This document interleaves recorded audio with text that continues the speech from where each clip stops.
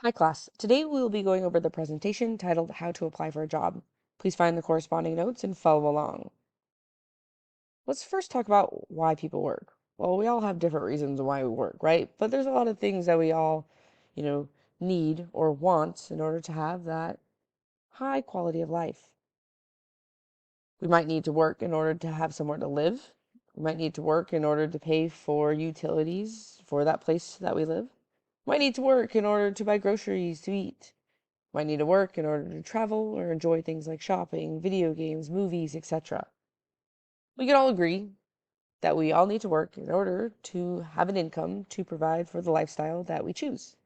In order to work and earn the income that we want in order to facilitate the lifestyle that we desire, we need to get a job. In this presentation, we're going to talk about how to apply for a job. I want you to keep in mind this is only one presentation. I do highly encourage you to talk to your guardians, your peers, other professionals on how this process is completed so you have multiple points of view.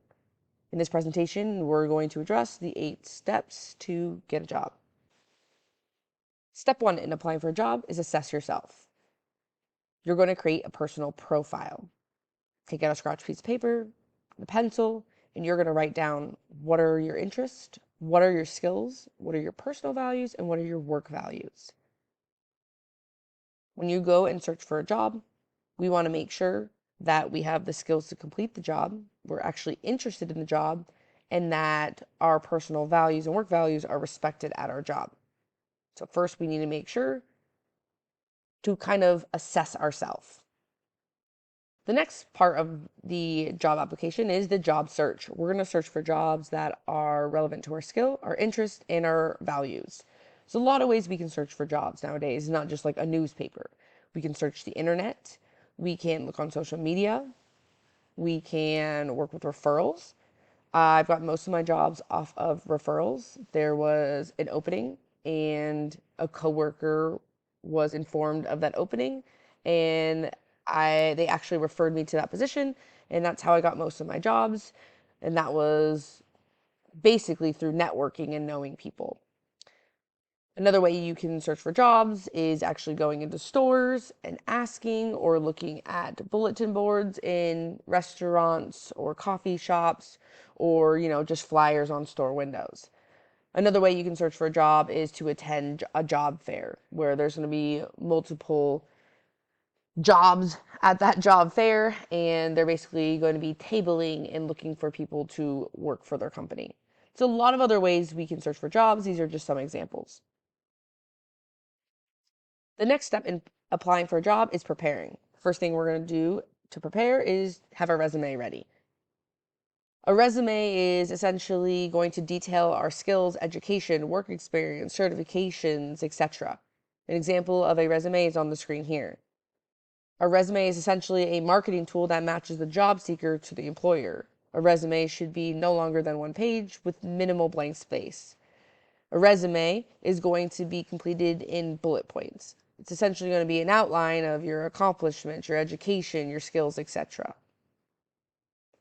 The next thing you're going to prepare, if asked for or requested, is a cover letter. A cover letter is not always asked or required, but if it is something that accompanies the resume. The cover letter is used to seize attention, pique interest, and basically show off your stuff. It's your first impression on your employer.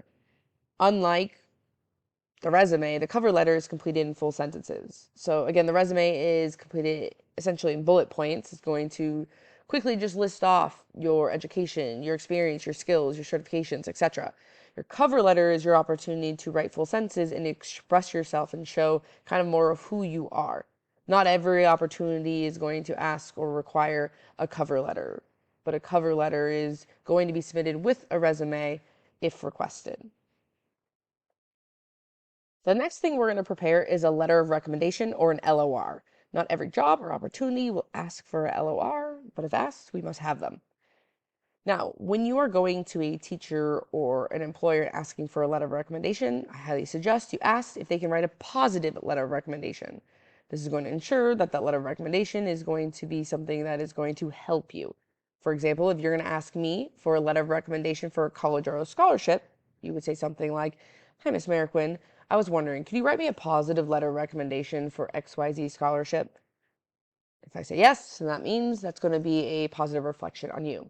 I have had professors in the past admit that they were asked to write letters of recommendation for students that they did not want to recommend, and they either turned them away or they actually wrote a letter of recommendation, but recommending that they not, let's say, hire the student or accept the student.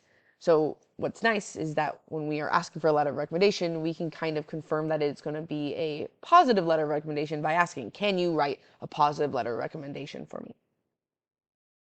The next thing we want to know is that we give the person that's writing the LOR plenty of time to complete it. So you don't want to inconvenience this person. So if you need a letter of recommendation for a scholarship and it's due at the end of April and it is May 1st, I would ask now. And I would also ask if that letter of recommendation could be completed a week or two prior to the due date. So you know that you have it in hand or it's submitted. So that way you're still able to apply, let's say, for that scholarship. A day or two is not plenty of time. Keep in mind, whoever's writing the letter of recommendation, may have a job, kids, other responsibilities. So we want to make sure that we're not adding more on their plate and that they're stressed writing the letter, because then that may affect the letter of recommendation. Give them plenty of time. Next, it is highly recommended that whoever you ask to write the letter of recommendation knows you for at minimum of a year.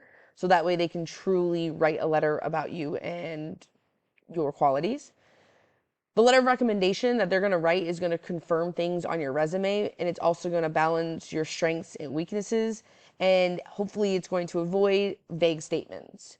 So the letters of recommendation that I've written, they have similar components, but they have very specific details about the student. So I identify the qualities and strengths about those students. So that way they essentially know that letter of recommendation was written for that student. The letter of recommendation is going to focus on both the candidate's performance and personality traits. So not only is it going to include, your accomplishments, because obviously they have that in your resume, right? They're going to talk about your personality traits and your other qualities that you have. Are you a team player? Are you someone who is a great leader and stuff like that? Step 4, we're going to apply for that job now. In order to apply for a job, there's obviously different ways depending on, how we found the job and also what the job is. You may need to complete an application online or in person. They may ask for additional personal information as well. If requested by the job, you're going to submit that application, a cover letter, a resume, and the letters of recommendation. Not every job is going to require all of these aspects, so when you're going in and job seeking, make sure you look at the job post or ask and see what is required, so you turn in what is required, right? I'm not submitting letters of recommendation and a cover letter to necessarily a fast food establishment. But if I'm applying to let's say, a graduate assistant program for a certified athletic trainer, I'm definitely going to be applying with an application, a cover letter, a resume, and multiple letters of recommendation. The next step, step 5, is prepare, but this time it's prepare for an interview. First step in preparing for an interview is research the company/employer. Make sure you know what the company's mission is, their values. Basically, just make sure that you know what you're getting yourself into, just so you know what the company's about. But also, so when you go into that interview process, you're going to show the employer how already interested you are by already having done the research about them. Another thing you're going to prepare is to make sure you have copies of whatever documents you need. Let's say if you need a resume or a cover letter, have more than one copy, because you might have multiple people interviewing you. For interview I've done in the past, it was actually a 6-hour interview, and I had an interview with 6 different groups, and each group had 2 to 3 people in each group. So I had to have multiple copies of my resume and cover letter to give to those individuals, so that way they can look during their interview time, but also so that way they had that copy when they went back to their office or cubicle. So when they're looking over applicants, my name is still there in front of them, so that way they think of me, hopefully. Another thing we're going to prepare for the interview with is practice questions. We're going to practice common interview questions. making sure that we're able to answer things like, well, why am I interested in this job? Tell me about yourself. Where do you see yourself in 5 years? If you were to start this job next week, what are 3 things that you want to accomplish in the next quarter? These questions are things we want to have answers for already, so that way we are showing that we are prepared for this position. And also we want to be able to give the best response in that moment, and we can do that by practicing ahead of time. Some other things you want to prepare for in regards to the interview is to make sure you have directions to where you're going to be interviewed at. Make sure you identify where you're going to park, how long is that all going to take, traffic, etc. You want to plan your outfit, make sure it's appropriate for what you're applying for, look professional, look clean. You want to make sure you have a notebook and pen to take notes. You can maybe bring in an iPad or a laptop, but depending on what you're interviewing for, that may seem unprofessional because it's like you're standing behind a podium and it's a sign of protection. But again, depending on the job, of course, I like going in with a notebook and pen so that way it doesn't look like I'm reading off of anything. But again, that was for the jobs I applied for. And just make sure you're prepared for any other necessities. If there's something else that you're going through or that's relevant to where you're driving, just make sure you have a plan for it. The next step, step 6, is the interview. For the interview, we want to make sure we're prepared. We should be prepared because we completed step 5. We want to be confident, we want to be polite, and we want to be honest. Basically, make sure we're on our best behavior. We also want to make sure we use appropriate language. We want to try to avoid using slang because everybody may have a different relationship with different slang terms, and also individuals may not understand what that word means. I think it is highly recommended that we use universal language and that we try to use language that is relatable to the field that we are applying for. We also want to be aware of our body language. Even when we're not speaking, how we're sitting, how we're acting, how we're moving is giving us an inside look on, how we feel. So we want to be aware of our body language. We want to have good eye contact when we're speaking and listening. And depending on the situation, I know post-COVID things have changed, but we want to have a good handshake if we were to shake someone's hand. We don't want to break their hand, but we also don't want to seem passive by barely touching their hand. We want to meet their strength and basically show that I am here and I'm here to work. We do want to make sure that we know our resume. We shouldn't have to read our resume and explain what we've done. You should know your resume like the back of your hand. You should know your employer. Be prepared to answer questions about the company or, just be able to express your interest about the company's missions, values, etc. You do want to make sure during the interview you think before you speak. Take that moment before you say anything. So what I like to do sometimes is maybe repeat the question that they asked, or maybe I would say, oh, that's a great question. And as I'm saying that statement, I'm actually just trying to pull from my practice that I've done to find the statement that I was practicing to spit out. I also want to make sure during the interview, I'm prepared for scenario-based questions. Different jobs are going to possibly ask you different scenario questions. For example, when I applied for graduate assistant, no, it wasn't a graduate assistant program. When I applied for a different athletic training position, they asked me scenario-based questions such as explaining a ACL, an anterior cruciate ligament rehabilitation program. They asked me what I would do in an emergency response situation. And that was very relevant to the position I was applying for. So they wanted to know on the spot, like what I would do. So if you're applying for those types of positions, be sure you know how to work through that scenario-based question and make sure you can articulate well what you're trying to explain. The last bullet point on step 6 says, have questions for the employer. At the end of the interview, always ask questions. Even if you don't actually have questions, always have questions prepared to ask. So for example, if I'm sitting in an interview and I start to have questions at the end of the interview, I will ask those questions. But let's say I went through the interview process and I don't have any questions because they were very transparent and everything was answered, during our conversation. I will still ask questions, but they're going to be kind of like pre-planted questions or clarifying questions. So if I had an interview that, I had no questions at all, at the end of the interview, I also ask questions like, so to clarify, and I would just repeat something that I know, but in a question format. And why I'm doing this is to make sure that I show this person that's interviewing me that I am interested, I am paying attention, and I want information because this is something that I want. So what I like to do is prepare a couple of questions just in case I don't have any real questions during the interview. Before we move on to step 7, let's talk about different types of interviews. First, let's talk about phone/a video interview. When we have a phone/a video interview, we want to make sure we allow a sufficient amount of time to complete the interview. Typically, it's about 15 to 30 minutes, but it may vary depending on the position you're applying for. Before you have a phone or video interview, typically you have a brief phone call or an email scheduling the phone/video interview. In that email conversation, I would personally ask, how long are we expected to have this interview? I would probably word that a little differently, but I'm trying to figure out what is the length to make sure that I have a sufficient amount of time available for them. Obviously, always giving myself a buffer just in case it's a little bit longer, but making sure that I'm available and that I create that time. When having this phone/video interview, we also want to ensure that we're in a quiet place with good reception/connection and it's free of distractions. We don't necessarily want to take this phone or video interview, in the middle of a park where there's a lot of other people, where it might be loud and other things may be occurring around you that may distract you. So we want to make sure, essentially, we are in a quiet place free of distractions.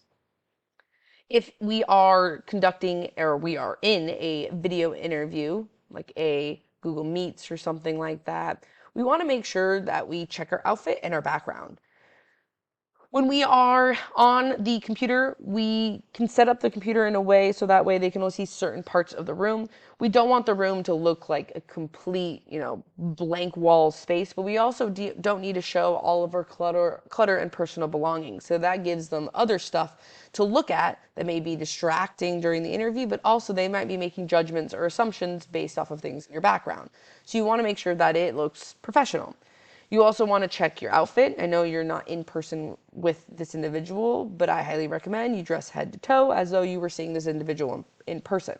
So you want to make sure you feel confident, you look good, just in case, even though you're on a video call. Next, because you're on the phone or because you're on your computer, you can actually have your material out in front of you to reference. Now, you don't want to make it look super obvious, like you're reading off of your resume, your cover letter, or your document that has your employer information on there, but you can set it up in a way where it looks like you're just looking at the screen or looking off for just 3 seconds. What I like to do, if I have a video interview, I'll set up my computer, and then on the wall behind my computer, I have tacked up or taped up, let's say, my resume, my cover letter, topics that I want to talk about during the interview, information about the employer. And it's all written or organized in a way that I can look at for 3 seconds, kind of like a note card to remind me of what to say or what to comment. So it kind of helps me in that interview process. Phone and video interviews may be the first step to an in-person interview. For example, for one of the athletic training positions that I have applied for in the past, I had a 30-minute phone interview prior to my 6-hour in-person interview. Essentially, what was happening was there was, let's just say, 8 people interviewing for the position. Instead of having all 8 people coming in for 6-hour interviews, we had phone calls. And then from that phone call interview, they narrowed it down to 2 individuals, and 2 of us went in for that 6-hour in-person interview. So this may be a stepping part of the interview process, or it might be the complete interview process. Now let's talk about in-person interviews. Just like video or phone interviews, we want to make sure we have plenty of time for the interview process, but for the in-person interview, you have to drive there, right? So you want to make sure you have plenty of time to drive, work through traffic, park, walk over, and still be early for your appointment time. If it says it's a 30-minute interview, give yourself an hour just in case they run behind or the conversation is flowing and the interview process just takes longer. Have all your materials, have copies of your resume, your cover letter, any kind of documents that you would need for that specific position. I personally have like a little professional folder I like to bring, and it has copies of my resume, my cover letter, It has some copies of my letters of recommendation and my certifications. And on the opposite side, there's like a notepad with a pencil, so that way I can take notes during the interview process as well. Make sure you dress professionally, dress for the position that you're applying for, making sure that you're clean, well presented. Also, be prepared during an in-person interview to answer all questions without referencing your material. So when you have a phone or video interview, like I said, I like to kind of set up my material on the wall behind my computer so I can look at it quickly to remind myself what to say or whatever it may be. But in an in-person interview, you should be prepared to answer all questions without referencing your material. So study your cover letter, study your resume, study all your information, study your notes about the employer, so that way you look better during your in-person interview. And during your in-person interview, note your body language. Your body language, like mentioned before, is going to say things even though you're not actually verbally saying any words. This is also important in video interviews as well, but sometimes we can hide them because they're off screen, but in person, your entire body obviously is in the interview process. So make sure you're just open during this process. For example, when you're in an interview, it's not great if you're sitting cross-legged and crossed arm. It looks like you're closed off and not open to the situation. So I am very conscious during the interview process that my feet are flat on the floor. My hands are moving at a reasonable rate, right? I'm not swinging my arms everywhere. I'm pointing. I do talk with my hands a bit, but I'm never sitting there crossed armed. It looks like I am open and ready to receive information, and that I'm essentially sitting there confidently and not trying to protect myself like I'm scared. Now let's touch on interview questions. During any of these interviews, you're going to be asked questions. Listen to each question carefully. And if for some reason you don't understand it or you didn't hear it, ask them to repeat it. Before responding, make sure you think. What I like to do is that they ask me something like, tell me about yourself.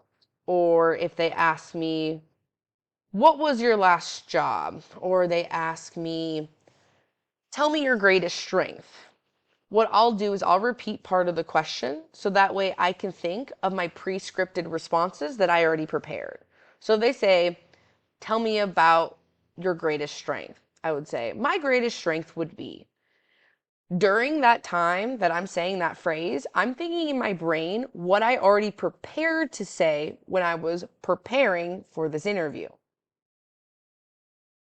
When we talk about preparing for this interview, we should already have these pre-scripted answers to these common interview questions. They're going to ask you information about yourselves. They're going to ask you about your strengths and weaknesses. They're going to ask you how you overcame difficult situations. They're going to ask you, why do you want this job? They're going to ask you, what are your goals? These are just some examples. And these questions we should already have answers to before we answer the phone, answer the video call, or walk into that in-person interview. We can look up these common interview questions on the internet so that way we're prepared and we can actually deliver responses that we actually meant to deliver in the interview. Because sometimes we're asked questions on the spot and we stutter or we say the wrong thing or we phrased it, not in the way we intended. So we'll practice these questions and have pre-scripted answers so that way we present ourselves how we intended to present ourselves. Again, during the interview process, we want to make sure we have questions for the employer. If you have real questions, ask them. If you don't have actual questions, have pre-scripted questions or ask clarifying questions so that way they know that you're interested and that you've been listening. At the end of the interview, you want to make sure you have a strong closing. On this slide, it says 4 or 5, but I would say at least 3. At least have 3 important skills that you can identify. State your interest in the position. Express the added values you have that you can bring to the company. And ask about the next steps, the timeline, and who to contact if you have questions. So, for example, I might say something like, after we've asked questions, back and forth, I might say, well, thank you for this opportunity. I think with my experience in leadership, in my organization, in my time management skills, I would be a great fit for this position. I'm very interested in joining this company. I think I can bring X, Y, and Z to the table. What are the next steps in this interview process? Let them answer. Maybe ask them, what is the timeline? When would be the time I would hear about if I got this position or whatever, is appropriate for that situation. And then maybe ask, if I have any questions, who should I contact? And also I would express, if they have any questions, feel free to contact me at any point. Step 7, the follow-up. After your interview, send a thank you email, letter, or phone call. In this email, letter, or phone call, express interest in the job, emphasize eagerness from hearing back, and encourage the employer to reach out with any further questions. For example, say I just had an interview.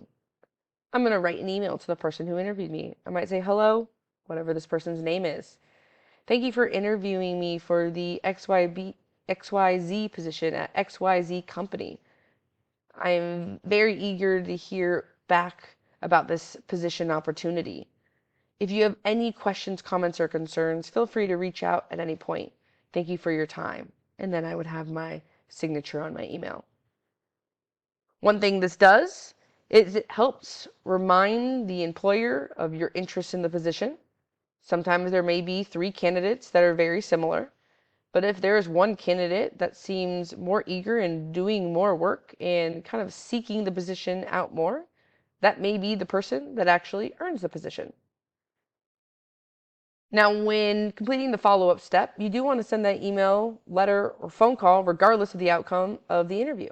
During the interview process, if you were told you're going to hear back in 3 days, if you were told you got the position, or if you were told you did not get the position, you should still send that thank you email, letter, or phone call.